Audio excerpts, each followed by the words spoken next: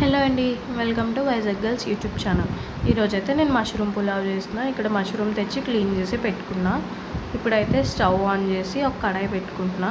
కడాయి కాస్త హీట్ అయ్యేంత వరకు వెయిట్ చేసి కాస్త ఆయిల్ అనేది వేసుకుంటున్నా. ఒక 4 స్పూన్స్ ఆఫ్ ఆయిల్ని యాడ్ చేసి ఆయిల్ కూడా హీట్ అయిన తర్వాత హోల్ గరం మసాలా ఇంగ్రీడియంట్స్ అన్నీ యాడ్ చేస్తున్నాను.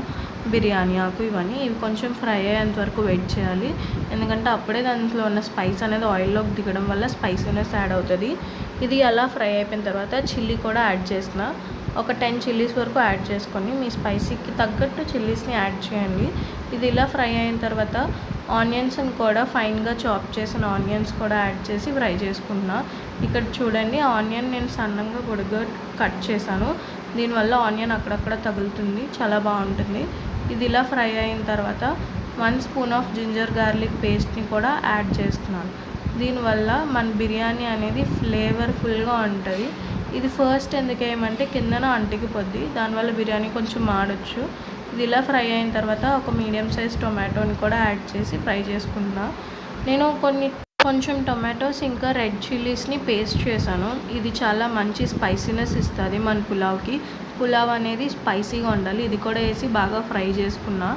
అండ్ ఇలా ఫ్రై చేసిన దాంట్లోకి ఫైన్గా చాప్ చేసుకున్న మష్రూమ్ని కూడా యాడ్ చేసిన. మష్రూమ్ కొంచెం పెద్దగానే ఉంచుకోవాలి, ఎందుకంటే పులావ్లో కాబట్టి. కర్రీ అయితే మీ ఇష్టం, కానీ పులావ్లోకి మీడియం సైజ్ ఆఫ్ మష్రూమ్ లాగే కట్ చేసుకోవాలి. ఇది బాగా ఫ్రై అయిపోయింది చూడండి. ఇప్పుడు మష్రూమ్ అంతా నాకు దగ్గరికి అయిపోయింది. ఇందులో సరిపడా కారం కూడా యాడ్ చేస్తున్నాను.